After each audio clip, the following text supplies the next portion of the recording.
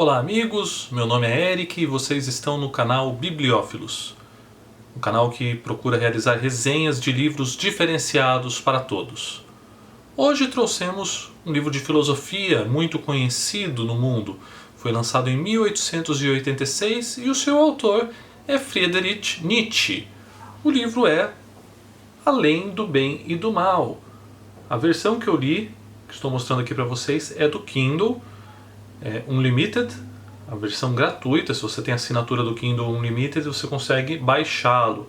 Caso você não tenha, você pode encontrar facilmente em qualquer livraria online ou física.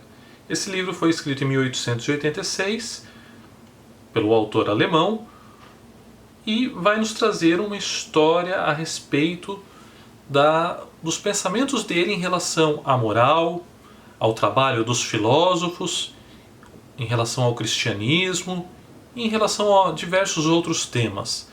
É uma obra importantíssima, é uma obra densa, com um conteúdo rico e que nos deixa meditar por um grande período. Quem lê esse livro consegue pegar uma pequena frase, um pequeno parágrafo e trabalhar em cima dele durante um grande período. Portanto, nessa resenha, conforme eu também escrevi em nosso site, vai tratar apenas de alguns pontos, algumas características principais da obra. Eu não tenho como expor todo o conteúdo, é muito complexo, seria necessário escrever um livro maior que a própria obra para explicar os pensamentos de Nietzsche. Portanto, vamos conversar apenas sobre alguns pontos interessantes que talvez façam com que você também possa ler essa obra. Não se intimidem, ela é possível de ser lida.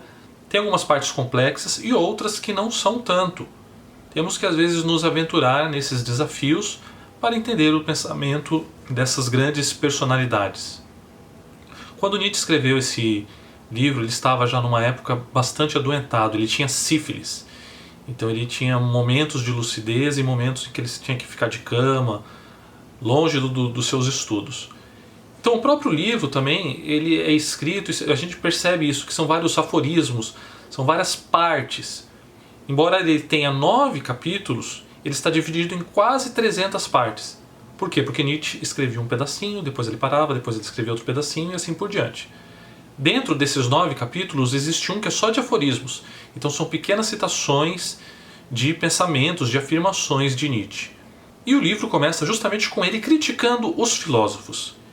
Ele mostra que, na verdade, esses filósofos, pseudo-filósofos, na verdade só querem mostrar, só apresentam o seu ponto de vista sobre um assunto. Eles não buscam a verdade transcendental sobre aquele tema. Eles apenas vão expor o pensamento, as vivências que eles têm com a experiência de vida para apresentar os seus pensamentos. Eles não vão parar e se tornar pessoas isentas, seres isentos na procura da verdade. Então ele faz essa crítica logo de início. Ele mostra que muitos filósofos, na verdade, só estão querendo defender o seu lado, o seu ponto de vista. Eles não estão buscando a verdade mesmo. Eles querem defender o seu ponto de vista, mostrar que alguma coisa que eles fazem é a correta. Ou seja, já está começando a mostrar aí que já existe uma moral. O livro todo vai se basear praticamente na moral. Nietzsche é um filósofo da moral. Por isso ele vai sempre criticar essas definições de uma pessoa querer mostrar o que é correto, se mostrar acima das demais. Mas ele também tece elogios a um filósofo, ao próprio Platão. Ele considera Platão um verdadeiro filósofo por buscar a verdade além das aparências físicas, além do que percebemos, além dos nossos sentidos. Nesse ponto ele elogia Platão. Mais pra frente ele também vai tecer críticas. Ele tece críticas a tudo e a todos. Mas não são críticas que não tenham uma razão. Todas as críticas que ele realiza nesse livro estão bem construídas, possuem uma razão, possuem uma lógica por trás. E à medida que a gente vai lendo, a gente percebe isso e para pensar no que realmente ele está falando. Ele realmente está certo em vários pontos. E isso nos coloca para pensar e raciocinar muito. Ele também vai falar a respeito do cristianismo. Ele vai mostrar como que a fé do cristianismo primitivo era verdadeira, era importante. Então ele mostra, nesse ponto ele acha algo muito correto. A fé do cristianismo primitivo era algo importante, era algo verdadeiramente, vamos dizer assim, verdadeiramente moral, pois essa fé existia sem nenhum interesse. Era uma fé pura, que depois foi se alterando, principalmente quando o Império Romano começou a tomar conta do cristianismo, começou a ser a referência do cristianismo. A partir desse momento, o cristianismo, vamos dizer assim, o cristianismo moderno, a partir desse momento Nietzsche vai começar a tecer grandes críticas. Vai mostrar que esses homens tentaram moldar outros homens com valores que na verdade só tornavam as pessoas, que eram os cristãos, um rebanho, que tinham que seguir um pastor que na verdade nem sempre estava pregando a verdade. Ele mostra que isso daí criou uma série de pessoas que são, o próprio Nietzsche vai dizer que é um rebanho, que só vai seguir e não vai questionar e não vai falar nada. Eles são escravos de uma tirania que Nietzsche considera como sendo a própria igreja. Essa sociedade vai se tornar uma espécie apequenada, doentia, frágil. Isso daí ele já percebia em 1886, hein?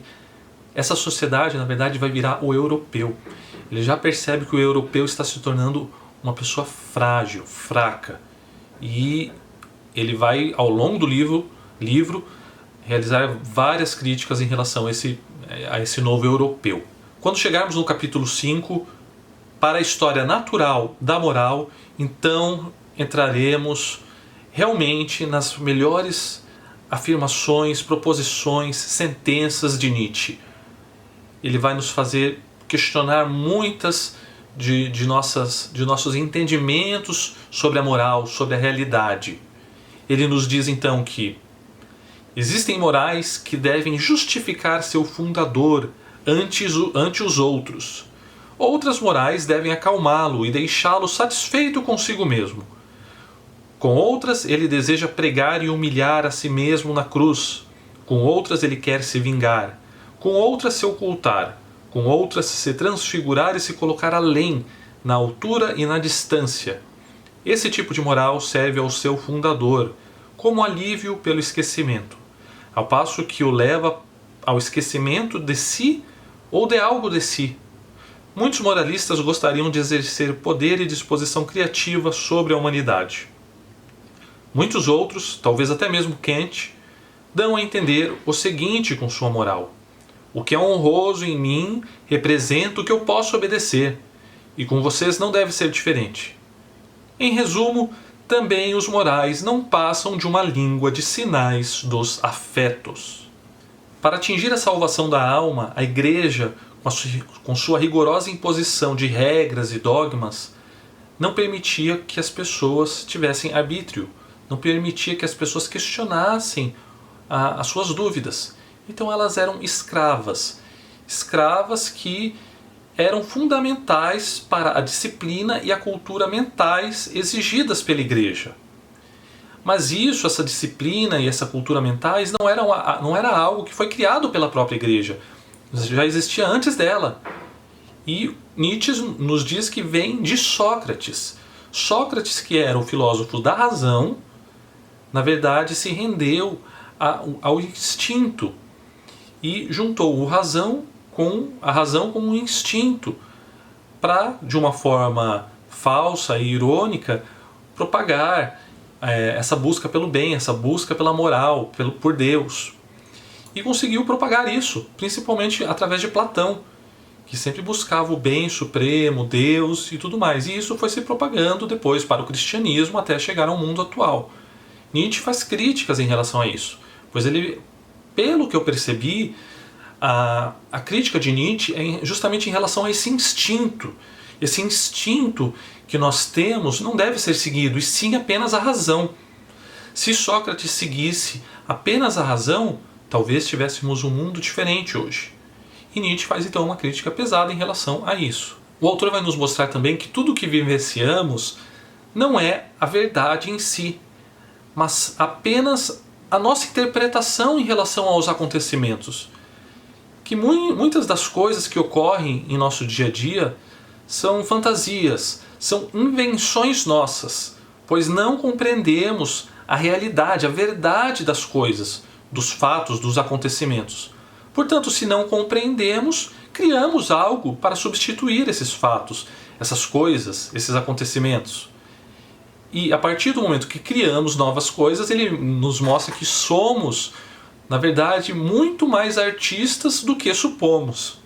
Essa parte também é muito interessante do livro. Avançando um pouco mais, ele vai nos mostrar a relação do temor dos homens com a moral, mostrando que, na verdade, a moral tem uma relação íntima com o temor. O temor faz com que criemos novas morais. Ele vai dar um exemplo dos judeus. Ele vai dizer, aqui já ele faz críticas fortes em relação aos judeus. Mas depois ele também ameniza, também elogia, fazendo alguns elogios. Mas nessa parte ele critica, pois diz que os judeus se mostravam acima, eles eram uma raça superior em relação aos outros homens.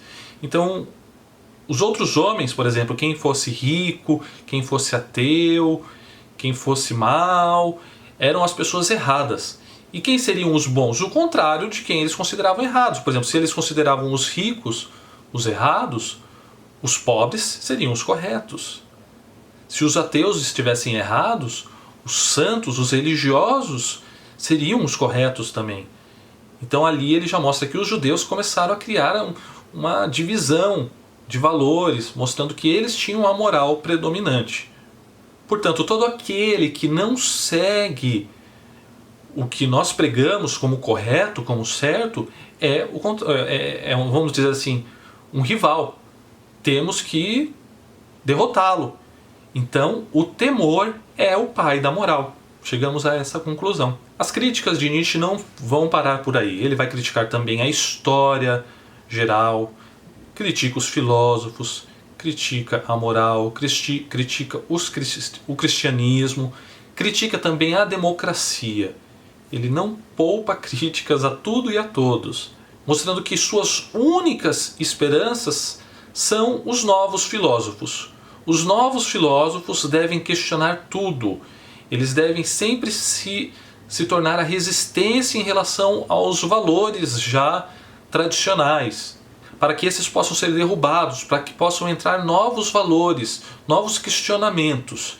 É isso que importa para Nietzsche, que existam questionamentos, que exista liberdade para que os novos filósofos busquem as verdades. Embora ele fale isso, eu em certo momento comecei a pensar também se ele tinha alguma relação com esses pensamentos de esquerda. Mas é algo muito complexo, eu não percebi isso. Ele faz críticas vorazes também à esquerda. Mas ele não é um filósofo de direita. É algo muito complicado entender qual era a posição de Nietzsche em relação à direita ou à esquerda.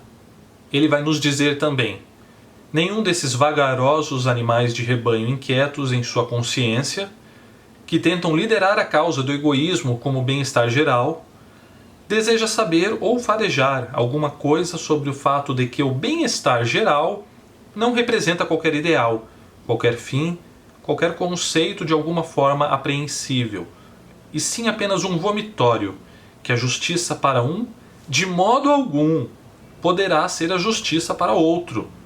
Assim como a exigência de uma moral para todos representa o estorvo justamente para as pessoas superiores, ou, enfim, que há uma hierarquia entre homem e homem, e, consequentemente, entre moral e moral.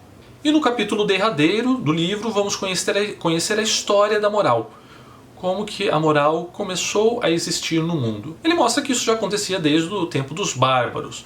A partir do momento que uma tribo bárbara conseguia suprimir, derrotar uma rival, que normalmente era uma tribo mais fraca, mais pacífica, ou já de uma cultura que estava em decadência, quando essa tribo era derrotada, então a tribo vencedora se tornava a representante do que era o correto, do que era o verdadeiro, do que era o bom, do que era o nobre. Então esses bárbaros, na verdade, eram os nobres. E não por conta de suas forças físicas, mas sim por conta de suas forças anímicas. E eles impunham, então, uma nova definição de moral para aquela sociedade. Se você estivesse do lado daquele bárbaro que fosse o vencedor e seguisse todos os seus valores, você estava do lado da moral correta. Caso contrário, você seria um rival e estaria seguindo a moral errada.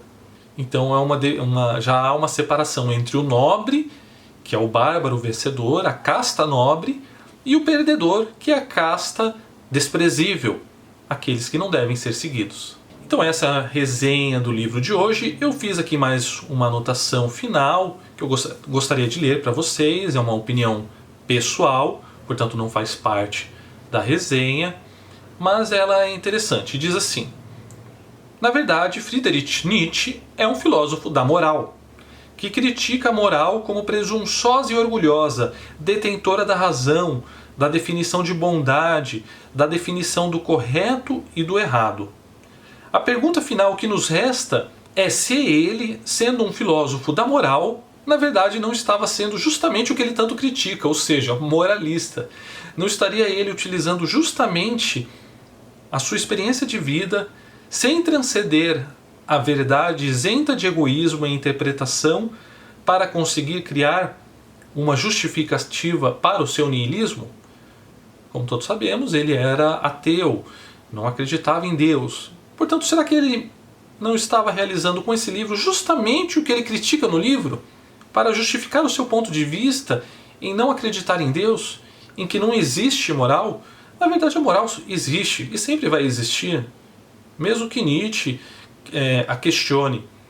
O que importa é entendermos qual é a moral verdadeira, qual é a moral correta. Será que um dia conseguiremos entender isso? Então essas são as perguntas, os questionamentos que ficam aqui no final. Gostaria de ver a opinião de vocês. Deixem os comentários, questionem, critiquem, nos sigam no canal, curtam, compartilhem. Lembrem-se também que temos as resenhas escritas em nosso site, que é www.bibliophilos.com.br. Todas as resenhas que eu gravo aqui em vídeo, eu também tenho elas em forma escrita. Então sigam o nosso site, lá também vocês podem ver os textos redigidos, além dos podcasts de todas as resenhas. Um abraço e até o próximo vídeo.